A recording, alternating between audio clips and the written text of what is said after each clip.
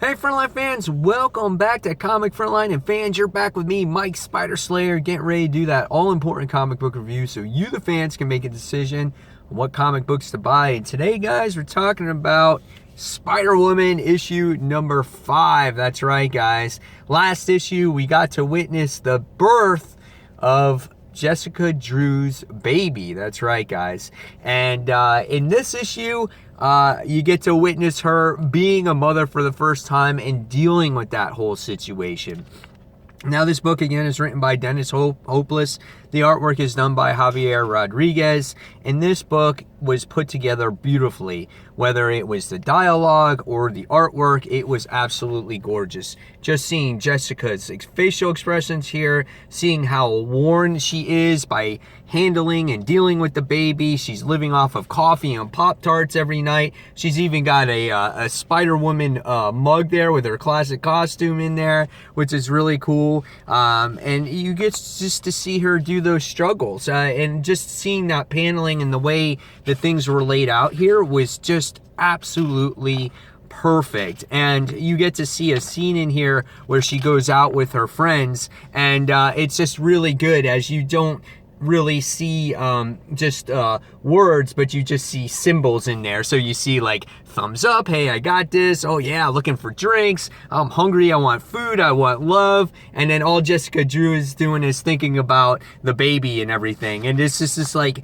everything about this book was absolutely gorgeous when it comes to that artwork. I loved it. Perfect. So what was this, full story about and whatnot? In this issue, like I said, we get to see her dealing with the baby.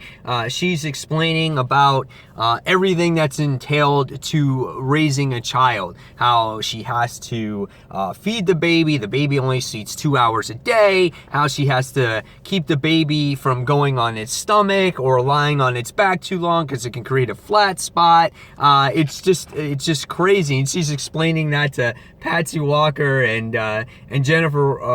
Jennifer in here, and it's just hilarious. And you get to see her interact with Clint, and she's just saying that she doesn't know if she can return to being a superhero again. She feels that she has this responsibility of taking care of this life, and she has no idea how she's going to do that because she doesn't want to leave the baby on its own. And it's tough for her. And even her friends try to take her out on the night on the town, and all she can do is think about her baby.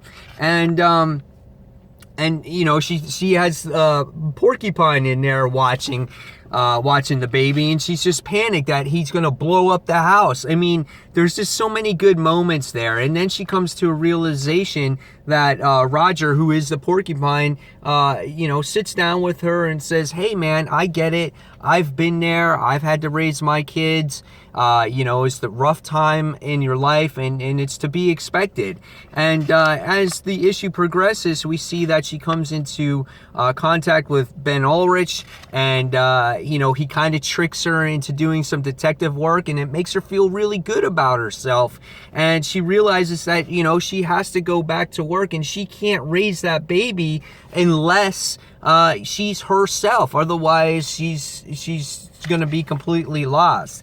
Also in this issue, you really find out what happens with who the baby's daddy actually is. And my theory on this situation was correct, and I'll let you guys read that to find out for sure. But that's pretty much the issue in a nutshell.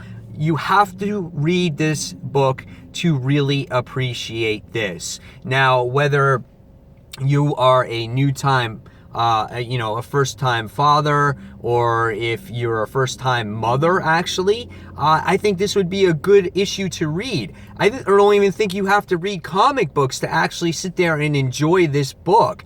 This gives you all kinds of information on how to deal with babies, and it's just an interesting and fun read to see what Jessica is going through here. And, this is a very relatable book for a lot of people out there. Now, even though I didn't give birth myself. I still had to help raise, you know, my kids when they were babies, and it's definitely a tough situation. So I can only imagine it if you're a single mother here and you have, you know, a limited amount of help. So really, really good issue. I loved everything about it, and I gotta give this one a 5 out of 5, and that makes, I think, at least 3 books this week that I have 5 stars for, and it's gonna be hard to determine the top 5.